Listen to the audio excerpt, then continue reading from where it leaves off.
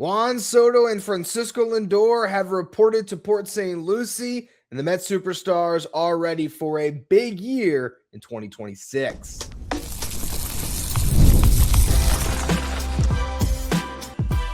You are Locked On Mets, your daily New York Mets podcast. Part of the Locked On Podcast Network, your team every day. Hello to all you amazing Mets fans. You're listening to Locked On Mets, part of the Locked On Podcast Network, your team every day.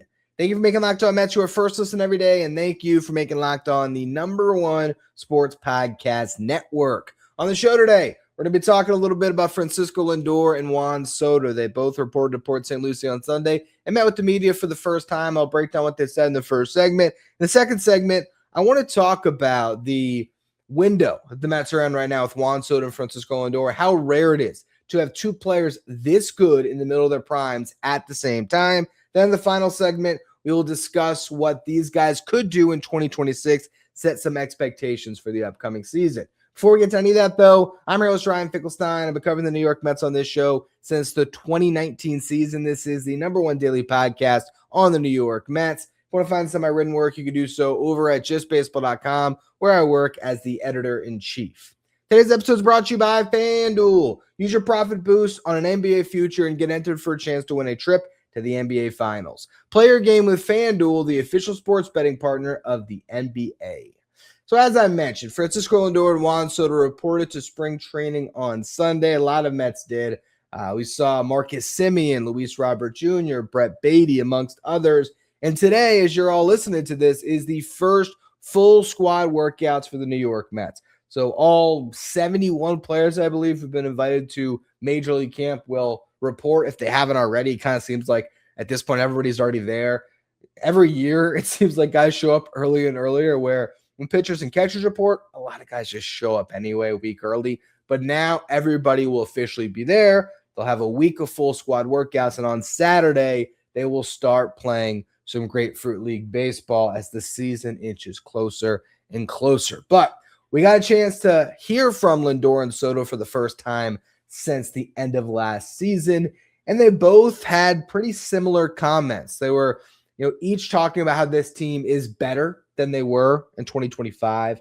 When asked why, Francisco Lindor said that, he said, we go position by position, it's definitely better. He talked about each of the guys in the rotation, mentioning Clay Holmes going into year 2 as a starting pitcher and full year of Nolan McLean, having Freddie Peralta and David Peterson, having Sean Manaea and Kodai Senga healthy. He mentioned that the bullpen, there's a lot of guys there that you like. And then he said they addressed the defense, they addressed the base running, they addressed the hitting, they addressed the pitching.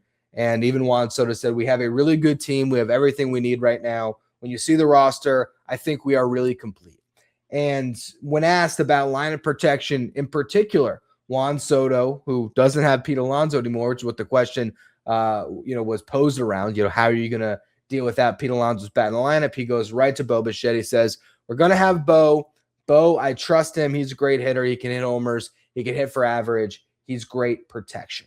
So these guys are excited about this team. They're excited about this roster. And we've talked about how they've checked all the boxes this offseason. Now, if you look at this team defensively up the middle, I think you could say that's one place where they have been significantly improved. Now that you have Marcus Semien at second and Luis Robert in center, still having Lindor at short and Francisco Alvarez behind the dish, that is as good of an up-the-middle defense as we see in Major League Baseball. And funny enough, that's honestly a show topic that I should really dive into. I almost want to make a note for myself real quick here because I'm curious. If we went around Major League Baseball, do the Mets have the best up-the-middle defense in the game? And they might. So you look at that improvement. You look at the addition of a true ace in Freddie Peralta in a full season of Nolan McLean as a co-ace or a very good number 2. I also kind of like Lindor's shot at Clay Holmes because I think there's a chance that Clay Holmes could be better this year. I'm already starting to think about my bold predictions for this season. I got one that I'm kind of toying with in my mind of, could Clay Holmes lead the Mets in innings pitched this year? I just think that there might be a switch that he could flip, where all of a sudden we could see Clay Holmes go deep into games because he has a type of arsenal that theoretically should play well to going deep into games with his ability to keep the ball on the ground and pitch to contact a little bit. But the point is, the Mets have gotten better, and these guys know it, and I think they probably appreciate having a clean slate, having a new roster, being able to just throw away the last year and focus on 2026, which is what they talked about when it came to the clubhouse. That perception that there was maybe an issue in the clubhouse. Juan Soto said, that is in the past. We forget about it. We focus on 2026. When Soto was asked specifically about his relationship with Lindor, he said, I think it's a great relationship. We talk all the time in the game and everything. We help each other. Lindor, when asked about the clubhouse, he said, we've always pulled for each other. He said, are we all best friends? That's not how it works in the clubhouse, but we are friends. We are good teammates. We care for each other. We love each other. We want the best for each other. We have a lot of new faces here, and guys seem like they are going to work hard and do whatever it takes to win. Now, the interesting thing about that set of comments is apparently there was an adverse reaction from Mets fans over what Lindor said. Now, I'll be honest, my weekend, I am moving in a couple weeks, so my weekend was packing boxes and doing a lot of things. So I was not as plugged in as I might be otherwise. So I more saw the reaction to the reaction of, some Mets fans or even content creators that were, kind of criticizing the fan base for criticizing Lindor for that specific comment, which I don't see what the issue is at all for him saying that, yeah, everyone in the clubhouse does not have to be best friends. It doesn't mean that you're a bad teammate or that you have bad teammates. It just means that some guys don't jive as well. And I think that that's, a common thing in every workplace, right? I don't think, a lot of us at least don't go to work and everybody we know there is our best friends, but it doesn't mean that you can't work well with people that you don't get along with. I know, in my past, jobs, whether it was working, delivering pizza, or if it's working now, with just baseball and the writing team I have there, there's some writers, I'll be honest, certainly wouldn't name any names, that I don't jive with as much when we hop on a Zoom and talk. But at the same time, they might be some of my best writers. So I totally understand what he's saying about, it's not all kumbaya and everyone's not, completely in love with each other and like hanging out after the game, but that doesn't mean it's a bad clubhouse. And I think what the clubhouse has been described as, by Carlos Mendoza recently as a corporate clubhouse. Maybe it just didn't jive, but I think the biggest thing about last year and what went wrong is just losing. Losing makes for a bad clubhouse. Winning makes for a good clubhouse. It's that simple. I don't think that there was any bad apples. I don't think that removing Pete Alonso and Jeff McNeil and Brandon Nimmo and Edwin Diaz was a boost to clubhouse morale, but it's about finding something different. It's about a new group coming together and being able to just get off of the past. And Lindor, said it when they asked about the removing of all those players, and he said they're all great guys. They're all going to be, great, impacts. They're all going to have a great impact on their next clubhouses where they're at now. But he, conceded that they didn't win enough, and that's true. And I think, maybe sometimes when you try to push that ball up the mountain, the boulder up the mountain so many times, and you haven't gotten to that mountaintop, at a certain point, it might be better to get some different people to start pushing, some different guys to come in to change up that core. And I think the Mets obviously believe that to be the case. And I don't know, personally, looking at this team and where they're at right now compared to the Phillies, I am so much more intrigued by seeing a new group than watching the Mets run it back again. And granted, that Phillies core has been a lot better than this Mets core has been over the last 4 years. But with that still said, I think that the Mets are better positioned this season to take this new group and bring it to some exciting places. So what we're going to talk about next is what the two superstars can do, but more importantly, appreciating what the Mets have right now with these guys. Because sometimes I think we sort of gloss over the best part of the New York Mets. And right now, the best part of the New York Mets is having Juan Soto and Francisco Lindor together in their primes. Today's episode is brought to you by FanDuel. Ever wanted to experience the NBA Finals live and in person?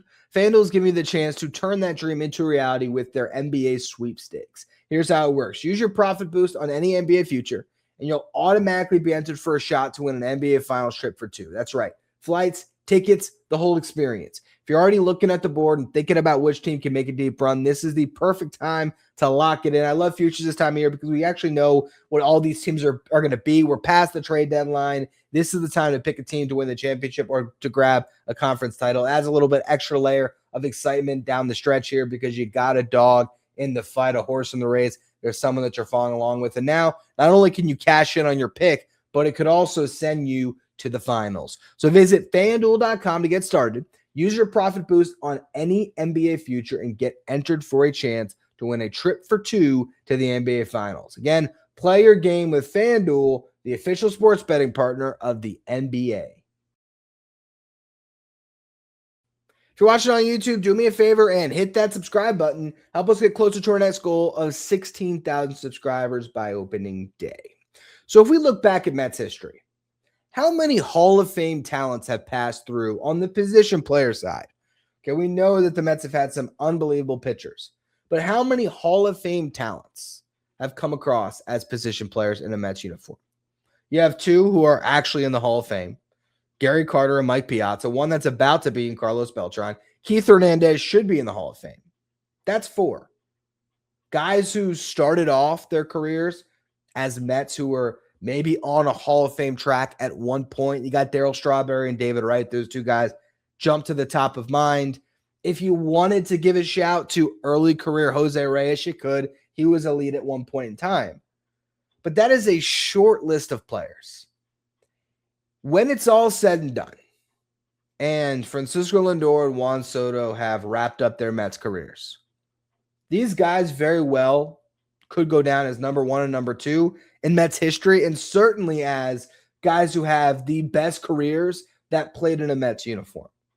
I mean, you're talking about guys who are inner circle Hall of Famers. Francisco Lindor, I think, is already the greatest shortstop in franchise history. Certainly, if you're just talking about the best player to play shortstop for the New York Mets. But I'd even say, you look at his 5 years in a Mets uniform, and it stacks up with any shortstop the Mets have ever had.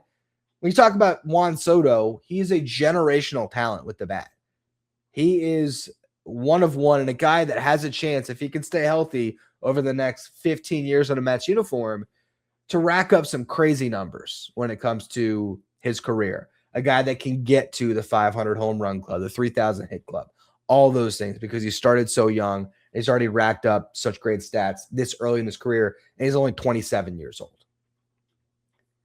If we look at what Francisco Lindor has done over the last 4 seasons, I don't think it gets appreciated nearly enough. For one, over the last 3 seasons, if not for hurting his back carrying the team at the end of 2024, he would have been a 30-30 club member that season. And he has been in the 2 seasons that sandwich that. So he would be on a streak right now of 3 consecutive 30-30 seasons. If you average out Francisco Lindor's last 4 seasons in a Mets uniform, 158 games played is his average, a 266 batting average, 341 on base, 471 slug, good for an 812 OPS. His WRC plus, which is weighted runs created plus, measures hitters on a league average of 100. It's been 128 across a 4-year span, so 28% better than your league average hitter. He's averaged 30 home runs. He's averaged 107 runs scored, 95 RBIs, 27 stolen bases. And here's the crazy one. You look at Fangraphs wins above replacement, which is the all-encompassing stat that tells us how good a player is and how much value they bring to their team. Over 4 years, his average WAR is 6.5. 6.5. Now, that's driven up by what he did in 2024, where he had a 7.7 win season. But year in, year out, you look at what this guy has produced for the New York Mets. 2022, a 6.4 F4 season. 2023, a 5.5 win season. 2024, 7.7 wins, as I said. And then last year, a 6.3 win season. 3 6-win seasons in a 4-year span and a 5.5 mixed in there. That's unbelievable production. Over the last 4 years, only 3 players in Major League Baseball have been better than Lindor by WAR. Aaron Judge, who's been much better than everybody, 37.3 F4. Bobby Witt Jr., 26.7. Shohei Ohtani, just the bat, not even factoring in what he's done pitching, 26.6. And Lindor at 25.9. So really, Bobby Witt Jr., Shohei Ohtani, and Francisco Lindor have been within a win of each other. And then 2 wins behind Lindor, you have Juan Soto at 5th. If we take it back to Juan Soto's first full season in 2019, who are the best 3 players in baseball? Aaron Judge, number 1. And again, this is not factoring in pitching and hitting for Ohtani. So just for Ohtani's bat, he is not in the top 3. It's Judge, Soto, Lindor. Over the last, 7 seasons? 19, 20, 21, 22, 23, 24. Yeah, 7 seasons. Now, if we look ahead at this upcoming season, and we were to rank the top 5 players in baseball heading into 2026, everyone's going to put Shohei Ohtani 1, and rightfully so. Everyone's going to put Aaron Judge 2. I think everyone's going to put Bobby Witt Jr. 3. Once you get to number 4, some people might say, oh, Cal Raleigh was amazing last season. Let's put him up there. For my money, it would be Juan Soto, Francisco Lindor. And you can go either way with that, because if you want to look at a WAR perspective, Lindor has a better shot at a higher WAR season this year just because he's always going to be racking up WAR as a plus defender at short. But Juan Soto, in my opinion, still has a chance to be the best hitter in baseball. At some point, as Juan Soto still has 3 more seasons in his 20s, and Aaron Judge and Shohei Ohtani start ticking up a little bit more in their 30s, there might be that season where Juan Soto has the 210 WRC plus and looks like Aaron Judge as far as the production, where he's hitting 50-plus homers and he's driving at 130 and he's hitting over 300 and he's getting on base at a 420, 430, 440 clip. Who knows? The sky is the limit for Juan Soto. And I think because I don't know. I don't know what it is, but I feel like at times as a fan base, Juan Soto has not gotten quite the love that he deserves. I know Lindor certainly hasn't. But I don't know if Juan Soto to this fan base fully feels like he's ours yet, so to speak. And I do hope that people tune into the World Baseball Classic and watch Team DR and watch Juan Soto on that stage and feel a little sense of pride that Juan Soto is a New York Met. He's representing his country, but that talent, that supreme player is a Met and will be for a long time. And again, we've gotten a half decade of Francisco Lindor in a Mets uniform doing things that, quite honestly, we haven't seen in a Mets uniform before him. So I just think that as a fan base, these guys should be appreciated more. And this is the Juan Soto, Francisco Lindor window. And I think the New York Mets made that abundantly clear with the moves they made this offseason. This is not Pete Alonso and Brandon Nimmo's team. This is about Lindor and Soto. And this season, don't take it for granted, because it's not often that you get 2 future first ballot Hall of Famers in their prime at age 27 and what's Lindor, age 32. It's not often that you get these guys at the same time. So what should the expectation be for both these hitters in the upcoming season? We'll talk about that here in just a minute. Today's episode is brought to you by TurboTax. Tax season doesn't have to take over your life. This year, TurboTax is making it easier than ever to just hand things off and move on with your day. With TurboTax Full Service, you can have your taxes done for you by a trusted local tax expert, start to finish, without the stress or the guesswork. Instead of spending hours trying to figure out forms, you can meet with a local TurboTax expert in person or connect online, and they're going to handle everything from W-2s to self-employed forms, and they will work to get you every deduction. You can upload your documents. You can go about your day. You can get updates right in the TurboTax app. It's a huge time saver. It gives you real peace of mind knowing that an expert is handling it all for you. And for a limited time, you can have your taxes done by a local TurboTax expert for just $150 all in. If a TurboTax expert didn't file for you last year, just file by February 28th. Take taxes off your plate and get back to your life. Visit turbotax.com/local to book your appointment today. Thank you for making Locked On Mets your first listen every day, and thank you for making Locked On the #1 sports podcast network. You already live your team every day. Now it's time to take it up a level. Go ad-free. Join the Everyday Club, and you're going to get Locked On Mets without the interruptions. You'll get access to our Discord. You can chat with other Mets fans. You also get access to a merch shop. If you want to be part of the Everyday Club, you can find a link in the episode description, or you can go to lockedonmets.supercast.com. Now, if we go back to May 30th last year, Juan Soto had a multi-hit day against the Rockies, and then the next day he homered. That was his 9th home run of this season. If you look at the stats from May 30th to the end of the year, it's a 105 game sample. Across that span, Juan Soto hit 285 with a 418 on base and a 596 slugging percentage. He had 35 home runs and he stole 31 bases. He drove in 80 and he scored 86 runs. Hit a 179 WRC plus. Again, that is 79% better than league average, and at a 1.014 OPS. We take those numbers and extrapolate them over a 160 game sample, which is the amount of games he played last year. Juan Soto would have hit 53 home runs because he was homering once in every 3 games. He would have stolen 47 bases, driven in 122, and scored 131 runs. Soto already has 3 top 3 MVP finishes in his career, 4 in the top 5 and 6 in the top 10. This is a guy that can win an MVP. Now, it's a little bit tougher when Ohtani's in your league, but he can still do it. He's 27 years old. That is the absolute apex of his prime. And you look at the best players in Major League Baseball last season. Cal Raleigh led the league with 60 home runs. Why couldn't Juan Soto hit 60 in a season? I could see it happening. I could also look at Kyle Schwarber, who had 56 home runs and drove in 132, and I say, yeah, I could see Soto having those numbers. Shohei Ohtani scored 146 runs last year, which is ridiculous. I don't know if that can happen because part of that is Ohtani being in a loaded Dodgers lineup. But hey, if this Mets lineup is clicking on all cylinders, who knows?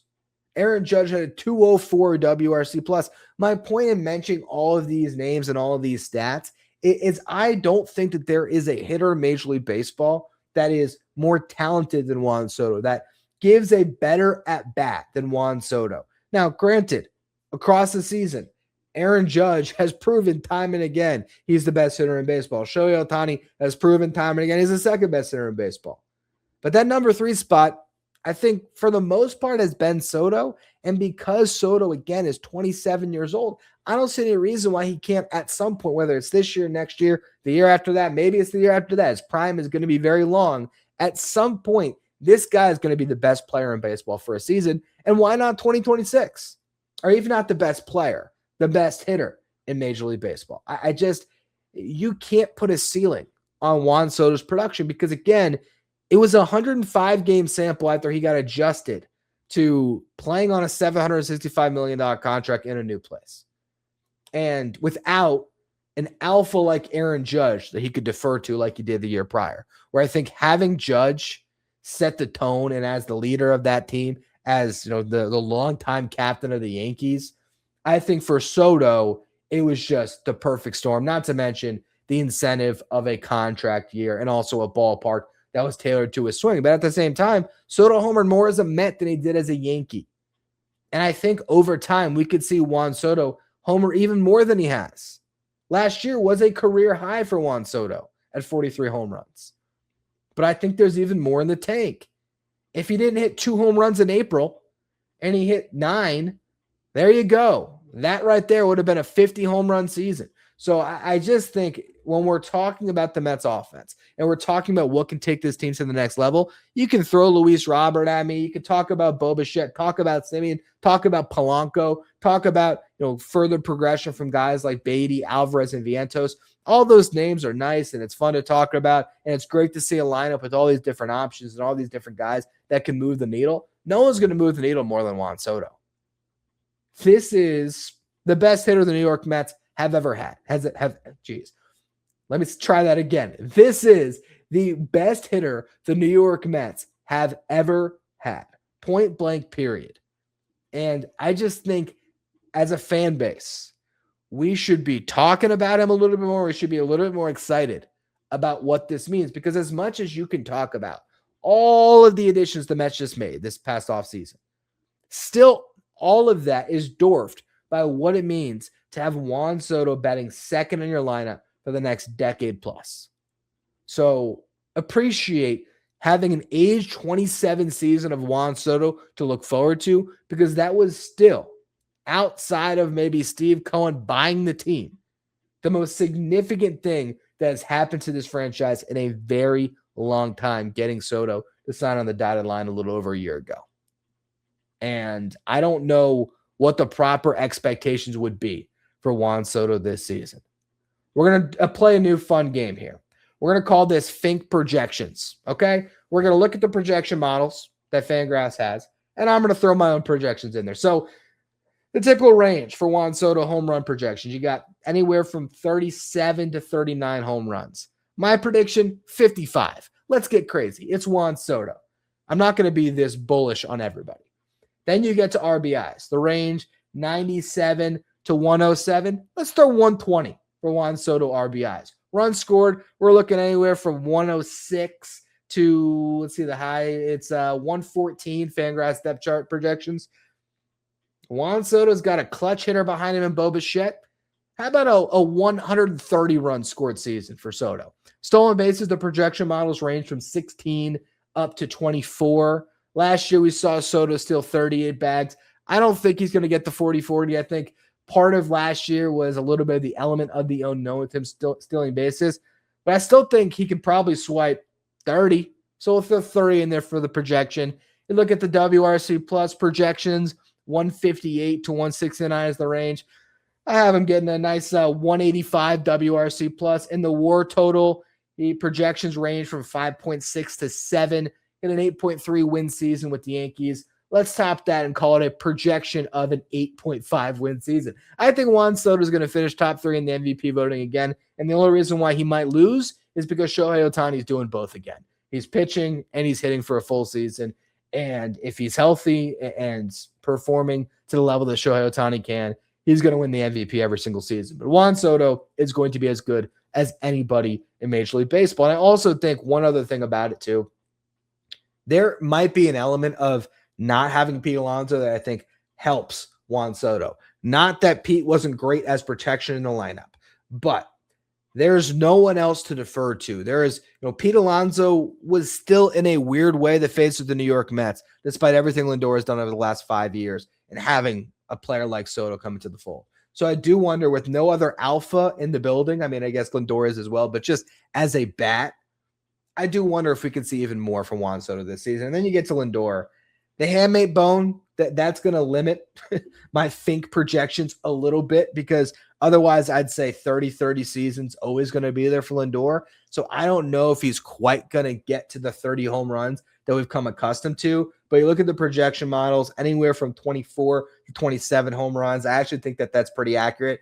I'd say 26 homers for Lindor will sort of match what he did in 2022 on that regard. You look at runs scored, projections range anywhere from 81 to 102 on the run scored.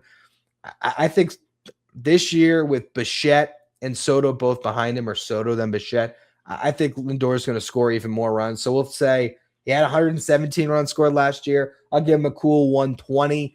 You talk about RBIs. Again, the power might be a little bit sapped. So we'll say 85, which is pretty much what he did last year. He had 86 RBIs. But I think we might see a little more stolen bases for Lindor. So let's have him set a career high there with 35. I think he might be running a little bit more early in the season. Not as easy to when Juan Soto is batting behind you. You don't want to vacate first base so the pitcher can put him there. At the same time, if in the first inning, Lindor gets a base hit, steals second, and then walks Soto, and you got Bo Bichette coming up with nobody out, that's not a bad place to be in at the start of a game. When it comes to WRC plus, the range 116 to 123.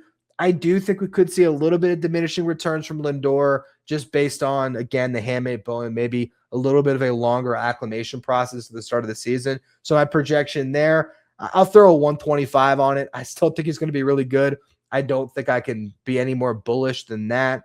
And then you talk about the WAR total, ranges from 4.5 to a 5.7 win season. I think for Lindor, what I am sort of expecting here is, because the power might not be there, it's seeing other aspects of his game tick up, like the defense, like the speed. And so I think defensively, he's going to pick up a ton of WAR. I don't know if he's got another Gold Glove in him, because there's just so many talented shortstops in the National League in particular. You look at the Cardinals with Mason Wynn. I mean, he's unbelievable. Trey Turner had a much better defensive season last year. You still have Dansby Swanson and short for the Cubs. I mean, you can go on and on. There's a lot of really good shortstops in baseball right now, but I think the WAR is still going to be there. I think we're still looking at another 6-win season for Francisco Lindor. So those are your first Fink projections of the upcoming stretch here, which is complete eye test and basically just doing my own guessing on what I think could happen with these players in the upcoming season. I'll try to not just be hammering the over on all the projection models, although it's hard not to do that with your own team. But I just think at the end of the day, the bottom line here is Francisco Lindor and Juan Soto, superstars drive success. And it's up to those guys to get this team on track and get off to a good start and sustain it and to flat out win this division. I think it is right there for the New York Mets to win the NL East this year. That should be the goal first and foremost. They haven't won the division since 2015. That is far too long. Win the NL East and then go make a run after that. And these are the guys that are the most important parts of this team to get that done. And I think we're going to see a couple of huge seasons from the Mets to superstars. Anyway, that's going to be all for this edition of Locked On Mets. On tomorrow's show, I think we might do the same show we did with Semien and Robert. It might have been a couple weeks ago now, or maybe it was last week, where I said who is the better bounce back candidate. We're going to do the same thing on the pitching front. Who's the better bounce back candidate? Sean Manaea or Kodai Senga? We'll project out their season, more Fink projections. So it should be a fun show. Make sure you follow, rate, and review wherever you get your podcast. Subscribe if you are watching on YouTube. Also, check out all the great social work that we're doing right now. We have a new intern in place who is doing so much posting on X, on Instagram, on TikTok. So make sure you're following Locked On Mets on all those different platforms, and we'll keep you up to date with all the latest coming out of Mets camp as we lead up to opening day. Thank you for making Locked On Mets your first listen every day, and thank you for making Locked On the #1 sports podcast network.